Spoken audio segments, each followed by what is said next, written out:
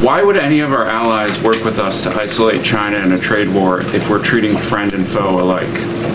You'll have to talk to our allies who are reaching out to us. The phones are ringing off of the hooks. They've made it very clear they need the United States of America. They need our markets. They need our consumer base.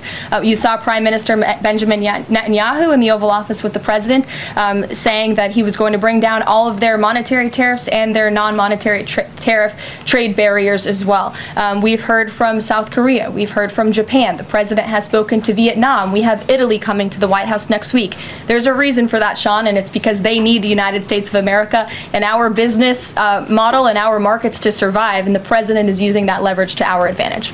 Michael. In Donald Trump's administration, the cruelty is always the point. They want to inflict the most amount of pain they possibly can on the people who they view as their enemies, and oftentimes they are our allies or they are Americans, which is exactly what we saw with Donald Trump's illegal and immoral deportation of Ago Garcia, who the Supreme Court just ruled against Donald Trump on. And when Carolyn Leavitt was asked about that, her response was exactly what you would expect, angry and lashing out. We are going to get into it all. But before we do, if I could quickly ask you to leave a like on this video, and if you haven't already and you enjoy our channel, to hit that subscribe button. It goes a long way, and it really does mean a lot to me. Now, Carolyn Leavitt was asked a lot of questions that got her upset in this press conference. So I want to start with the treatment of our allies right here.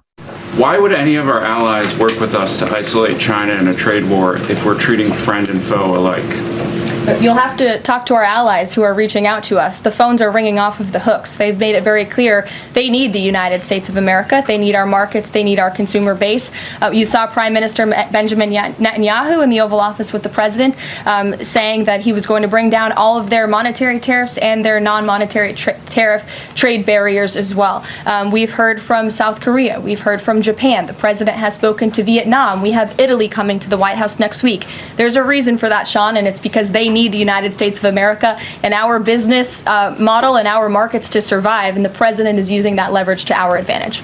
Michael. I don't know why Carolyn Leavitt thinks that she can spin our allies actively turning against us, and by the way, hurting the U.S. markets because of that, weakening the strength of the dollar, because our allies don't trust us because of how destabilized this country has become, not only our economy, but our institutions as well. If other countries can't trust the law and order of the United States, they can't trust anything. And that's disappeared under Donald Trump. Carolyn Leavitt can't spin that. She also can't spin the raw numbers of how afraid regular Americans are of the economy. She was asked about that right here. And out of respect for our good friend Peter. Jeff. Why is American consumer confidence so low?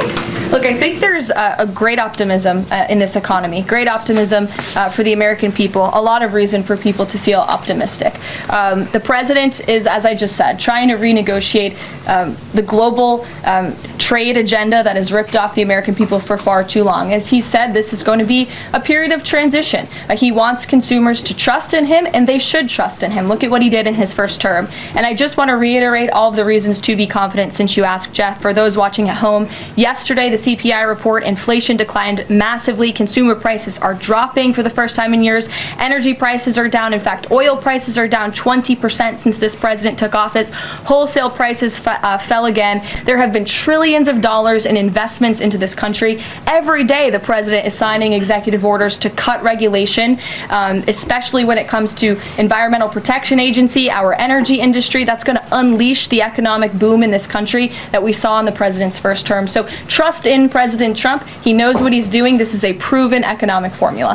Of course, consumer confidence is low. People don't know what's happening. That has been the Trump administration. It is incompetence paired with chaos. We don't know if the tariffs are back tomorrow. The White House said they wouldn't even report the list of the 70 countries that are supposedly going to negotiate their tariffs.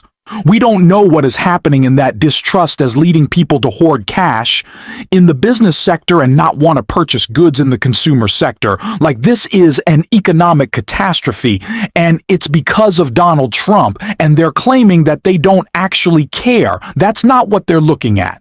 That's not how they're measuring the success, quote unquote, of tariffs. And Caroline Leavitt made that really clear when she was asked about Treasury Secretary Scott Bessent. About tariffs, there have been big swings this week in the Treasury bond yields.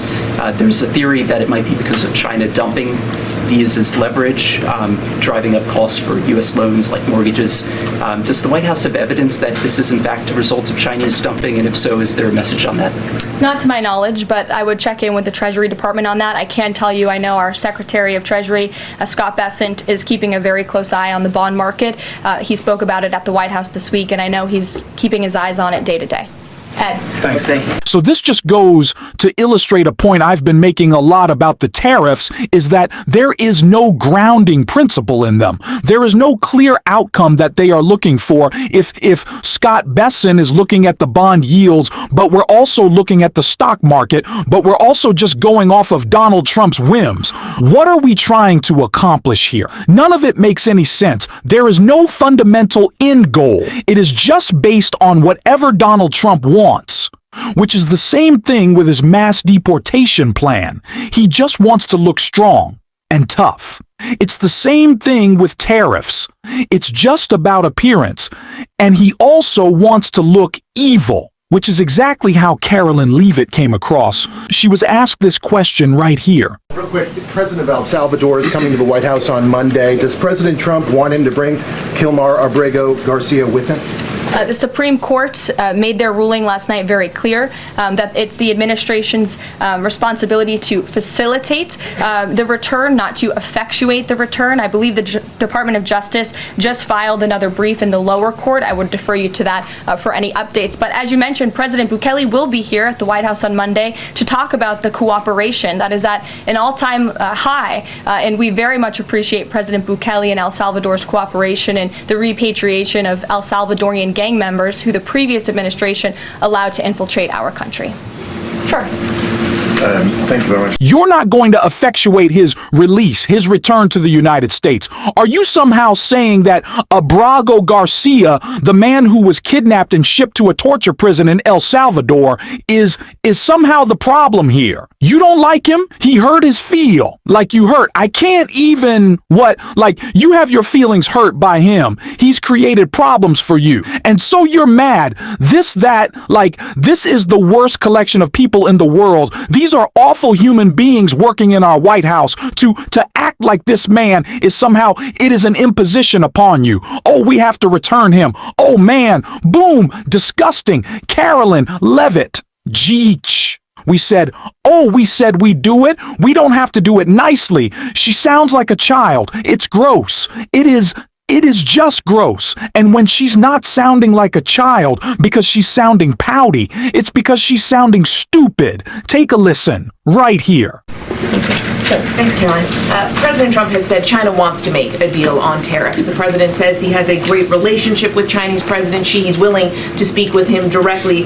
Why doesn't the president just pick up the phone and get this ball going? All of the things the president just said are true. The president, as I said from the podium just a few days ago when I was up here, would be gracious if China intends to make a deal with the United States. If China continues to retaliate, it's not good for China. The United States of America is the strongest, best economy in the world, as evidenced by the more than 75 countries who have called the administration immediately to cut good deals. So the president wants to do what's right for the American people. He wants to see fair trade practices around the globe, and that's his intention and his goal. So is he waiting for China to make the first move here? I'm not going to comment on communications that are happening or may not be happening, or either way. We'll leave it to our national security team to get these discussions underway. And as always, in the effort of transparency, we will provide updates moving forward, but the president has made it very clear he's open to a deal with China. Why is he on? I don't know if y'all have realized I don't like Caroline Leavitt very much. I don't think she's good at her job. The word trickery. I'm not going to talk about a deal that has been done or not done, or who hasn't, or who has reached out to anyone. About reaching out the word. Again, I've said this before, didn't love K.E. McKinney. I thought she was better at the job. Caroline Leavitt is just like word salad vomit all the time. Like bad word salad. I don't know what she's trying to communicate. And that is the theme of the Trump administration to me, is I don't know what they're trying to do. Quite clear what the end goal is. Obviously, it's always to serve billionaires and help Donald Trump, but they have no real objective except break everything, which is usually the point, right? The Russ quote we always come back to, he wants government workers to feel traumatized. They want people to think the government is broken and they're doing a great job at it. Chris Hayes gave a very important but devastating report about just how bad we should feel about what the government's doing right here. Almost impossible to keep up with all the destruction being caused by Donald Trump, even when it's your job to do so, like it is mine. Now, some of this we basically knew was going to happen, right? He campaigned on it. But then there are the things that just never came up in the campaign that are now happening. Some are cruel and seemingly pointless, things that make you wonder, who voted for this? For instance, who voted against National History Day? It's a nationwide history competition that more than 500,000 students work to qualify for each year. And it is, well, awesome and adorable. In fact, this is a celebration that kicked off their awards ceremony last year. You can see just how psyched all the kids are and how much they love it. National History Day is a project-based learning experience for students in grades 6 through 12.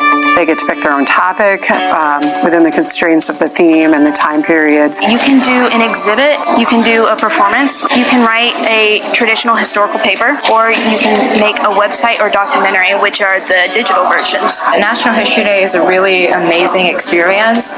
It's a great experience to learn about something that you're actually interested in. I learned how to deep dive into a topic and learn more about how to capture someone's personality and capture their whole story. It was just amazing to see other people excited about the same thing that I was. I love being able to talk to people with different beliefs and from different parts of the country and other countries too. You really get in this room and you see an entire room filled with exhibits. You realize they're not really your competitors. They're kind of the friends that you always wanted to have in high school.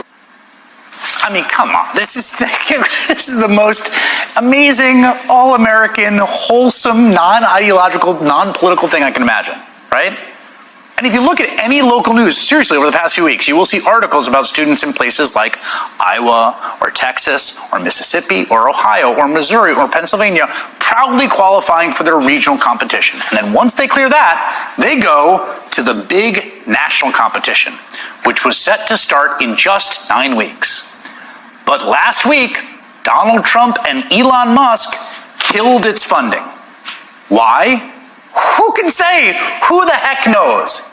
So the executive director had to take to social media asking folks to donate so the kids can make it to the national competition in June. This means the loss of more than $336,000 over this year and next. Now, part of that funding was to support the national contest.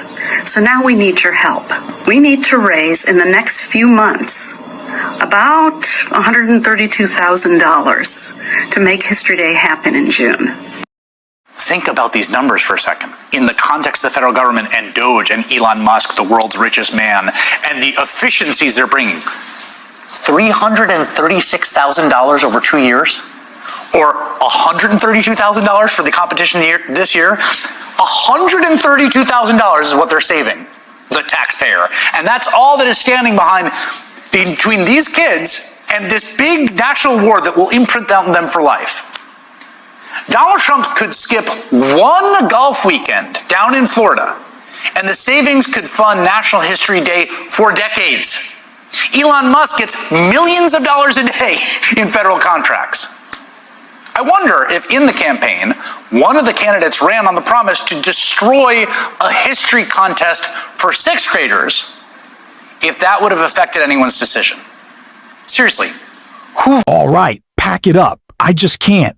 These are the worst people. It always just comes back to this. These are the worst people who want to inflict maximum pain. That's what they're all about. And we are about on this show calling that out. And if you want to support that, as always, you can hit that subscribe button, leave a like on this video, and if you stuck around to the end, drop a blue heart in the comments. And until next time, I'll see you soon.